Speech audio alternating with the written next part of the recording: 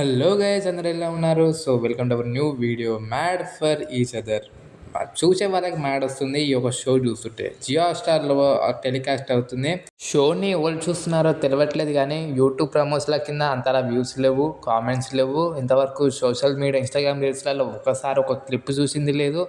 ఎలా ఉందో కూడా నాకు ఇప్పటికైతే అర్థం కావట్లేదు. వీళ్ళు ఏం నడిపిస్తున్నారు ఈ యొక్క షోని. Sunday to Monday, Monday to Sunday, ఇదొకటి. సండే టు మండే వరకు అయితే వస్తుందంట. ప్రతిరోజు రాత్రి 10 గంటలకి. నేనైతే స్టార్టింగ్ 2 ఎపిసోడ్స్ అయితే చూసినాను. ఎందుకంటే ఏం టైం పాస్ అయితే లేదు అని నైట్ 10 ఆన్ చేసి ఆ ఎపిసోడ్ అయితే చూసిన. అంతలా అంటే ఎంత కూడా కిక్ ఎక్కలేదు. నెగిటివ్ చెప్పాలని కాదు, వాళ్ళు నెగిటివ్‌లోనే ఎపిసోడ్‌లు తీస్తుర్రు. ఏం గొడవలు, నాకు అయ్యే బిగ్ బాస్‌లో చూసిన గొడవలు. వాడొచ్చి వీడిని గెలకడం, వీడొచ్చి వాడనడం, అదే చిల్లర లొల్లీలు. వేరే ముచ్చట లేదు. నాకు హిందీది నచ్చింది. హిందీలో స్పిట్స్ విల్లా అని ఉంటది, రోడీస్ అని ఉంటది. వాళ్ళ గొడవలు కొత్తగా ఉంటాయి. ఎందుకంటే వాళ్ళందరూ యంగ్ జెన్‌జీ గాళ్ళు ఉంటారు. వీళ్ళని ఎందుకు జెన్‌జీ గాళ్ళని తీసుకొస్తే ఇలాంటి షోలు హిట్ అయితాయి. స్టార్ మగాళ్ళకి కావాల్సింది జెన్‌జీ వాళ్ళు. ఒక ఫ్యామిలీ ఆడియన్స్ జియో స్టార్‌లో పోయి మ్యాడ్ ఫర్ ఈచ్ అదర్ కొట్టి ఇది చూస్తారు ఈ షోని. చూడరు కదా! అదేదో మంచిగా జెన్‌జీ వాళ్ళకి పెట్టుంటే స్టార్ మా ఛానల్‌ని జెన్‌జీ వాళ్ళు కూడా ఏమైనా గుర్తిస్తారు. ఎందుకంటే మొత్తం ఫ్యామిలీ ఆడియన్సే దీనికి ఉన్నారు.